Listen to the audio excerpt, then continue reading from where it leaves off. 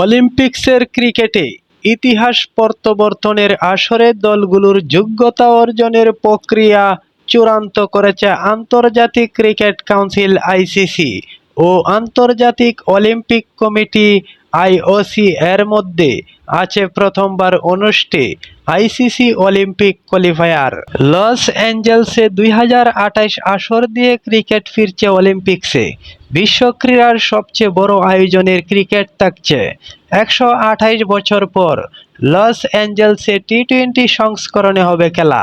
পুরুষ ও নারী উভয় বিভাগে প্রতিটিতে 6টি করে দেশ অংশ নেবে, যেখানে আফ্রিকা, এশিয়া, ইউরোপ এবং ওশেনিয়া অঞ্চলের প্রতিনিধিত্ব নিশ্চিত করা হয়েছে। 6 দলের 5টি নির্ধারিত হবে। বিদ্যমান অনুমোদিত ও প্রকাশিত ভবিষ্যৎ সফরসূচি এফটিপি কাঠামো অনুযায়ী আইসিসি ইভেন্ট এবং আইসিসি টি-20 র্যাঙ্কিংয়ের সমন্বয়ে বাকি একটি স্থান নির্ধারিত হবে নতুন আইসিসি অলিম্পিক কোয়ালিফায়ারের মাধ্যমে, যা 2027 সালে অনুষ্ঠিত হবে। চলিত উইমেন্স টি-20 বিশ্বকাপের পারফরম্যান্সের ভিত্তিতে নারী বিভাগের 4টি দল চূড়ান্ত হয়ে গেছে। আফ্রিকা, এশিয়া, ইউরোপ এবং ওশেনিয়া থেকে শীর্ষস্থানে থাকা দল হিসাবে অস্ট্রেলিয়া, গ্রেট ব্রিটেন, ইংল্যান্ডের মাধ্যমে ভারত এবং দক্ষিণ আফ্রিকা অলিম্পিক্সে জায়গা করে নিয়েছে। প্রতিটি মহাদেশ থেকে একটি করে দেশেই সুযোগ দেওয়া হয়েছে। বড় একটি জটিলতা ছিল ওয়েস্ট ইন্ডিজকে নিয়ে।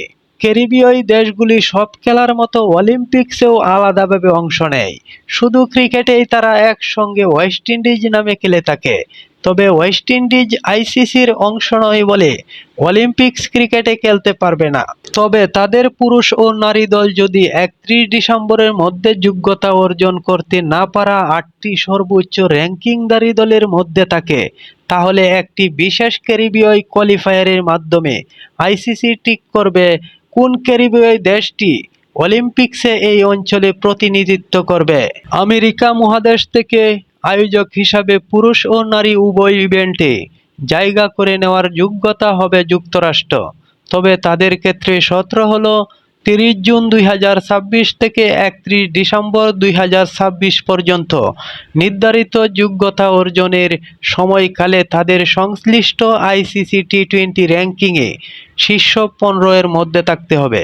যদি যুক্তরাষ্ট্রের নারী দল সেই শর্ত পূরণ করতে না পারে, তবে 1 মার্চ 2027 অনুযায়ী যে কোনো মহাদেশের আইসিসি টি-20 র্যাঙ্কিংয়ে সর্বোচ্চ অবস্থানে থাকা যোগ্যতা অর্জন করতে না পারা দেশকে স্বয়ংক্রিয়ভাবে 5ম স্থানটি দেওয়া হবে। যদি যুক্তরাষ্ট্রের পুরুষ দলও সেই শর্ত পূরণ করতে না পারে, তবে 31 ডিসেম্বর 2026 এর মধ্যে যোগ্যতা অর্জন করতে না পারা যে কোনো মহাদেশের পরবর্তী সর্বোচ্চ র্যাঙ্কিংধারী দেশকে 5ম জায়গাটি বরাদ্দ করা হবে।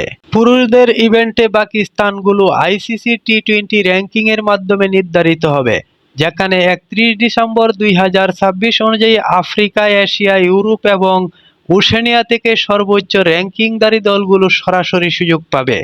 পুরুষ ও নারী উভয় ইভেন্টে চূড়ান্ত স্থান নির্ধারণ করা হবে আইসিসি অলিম্পিক্স কোয়ালিফায়ারে, যেখানে 8টি করে দেশ অংশ নেবে।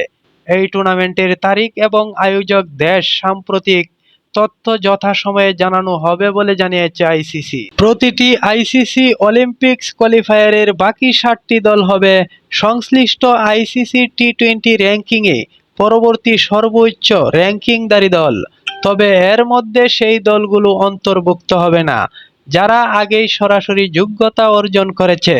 অলিম্পিক্সের 33 আসরের ক্রিকেট হয়েছে এবার। 1900 সালে সেফ 2টি দল অংশ নিয়েছিল পুরুষদের ইভেন্টে। ফ্রান্সকে হারিয়ে সোনা জিতেছিল গ্রেট ব্রিটেন।